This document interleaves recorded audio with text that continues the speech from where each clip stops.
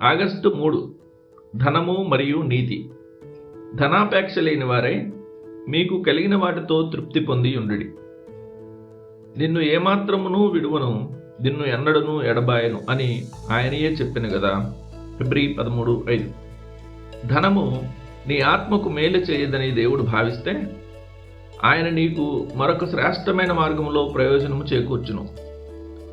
ధనాపేక్ష లేని వారై మీకు కలిగిన వాటితో తృప్తి పొంది ఉండుడి. నిన్ను ఏమాత్రమును విడువను, నిన్ను ఎన్నడను ఎడబాయను అని ఆయనయే చెప్పాను కదా. ఫిబ్రవరి 13:5. ఒకవేళ దేవుడు నీకు ధనాన్ని ఇచ్చి తరువాత తన నామం నిమిత్తం దానిని వదులుకోమని అడిగితే రాబోయే కాలంలో నిత్య జీవంతో పాటు ఈ లోకంలోనే ఆ నష్టాన్ని 100 రెట్ల ప్రయోజనంతో భర్తీ చేస్తానని ఆయన తన వాగ్దాన పత్రాన్ని నీ చేతిలో ఉంచుతాడు. మత్తయి 19:29. సాతాను ఇచ్చే ఏ తాత్కాలిక భద్రత కోసమైనా దేవుని వాగ్దానాలను వదులుకునేవాడు కేవలం బుద్ధిహీనుడు మాత్రమే. అన్యాయమైన లాభానికి ఎల్లప్పుడూ ఒక భారీ శాపం అంటుకుని ఉంటుంది. భక్తిహీనుల ఇంటి మీదికి యెహోవా శాపము వచ్చును, నీతిమంతుల నివాస స్థలమును ఆయన ఆశీర్వదించును. సామెతలు 3:33.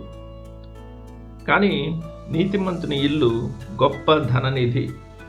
సామెతలు 15:6. నీవు ఒక నీతిమంతుని ఇంటికి వెళ్ళినప్పుడు అక్కడ ఒకవేళ డబ్బు కనిపించకపోవచ్చు, కానీ నిశ్చయంగా ఒక నిజమైన నిధిని కనుగొంటావు. అయితే దుష్టుని ఇంట్లో వెండి బంగారాలు విస్తారంగా ఉండవచ్చు, కానీ అక్కడ ఎన్నటికీ నిధి ఉండదు. దేవుని శాపము అతని లాభాలన్నింటినీ హరించివేస్తుంది. దుష్టుడు పోగు చేసిన దానిని దేవుని గరిటె చెదరగొడుతుంది. భక్తిహీనులు తమ ఇండ్లలోనికి అవమానాన్ని తెచ్చుకుంటారు. ఏలైనగా గోడలలోని రాళ్లు మొర్రపెట్టుచున్నవి, దూలములు వాటికి ప్రత్యుత్తరమిచ్చుచున్నవి. హబక్కూకు 2:11. టన్నుల కొద్దీ బంగారం ఇచ్చిన దెయ్యాలు తిరిగే శాపగ్రస్తమైన ఇటువంటి ఇంట్లో నివసించడానికి తన ప్రాణాన్ని ప్రేమించే ఏ మనిషి అయినా ఇష్టపడతాడా? అతడు చేసిన అన్యాయపు మొర్ర ఆ ఇంట్లోని ప్రతి గదిలోనూ ప్రతిధ్వనిస్తుంది.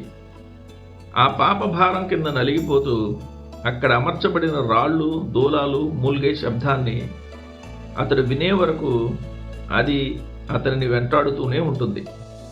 ఈ పాపం నీతిమంతుడైన దేవునికి ఎంత అసహ్యమైనదంటే అన్యాయపు లాభాన్ని సమకూర్చే వ్యక్తి మాత్రమే కాకుండా అతని కుతంత్రాలకు సహకరించిన సాధనాలు కూడా శపించబడతాయి.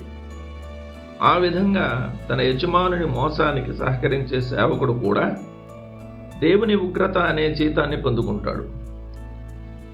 ఇండ్ల గడపలు దాటి వచ్చి యజమానుని ఇంటిని మోసముతోనూ బలాత్కారంతోనూ నింపు వారిని ఆ దినమందు నేను శిక్షింతును. జెఫన్యా 1:9.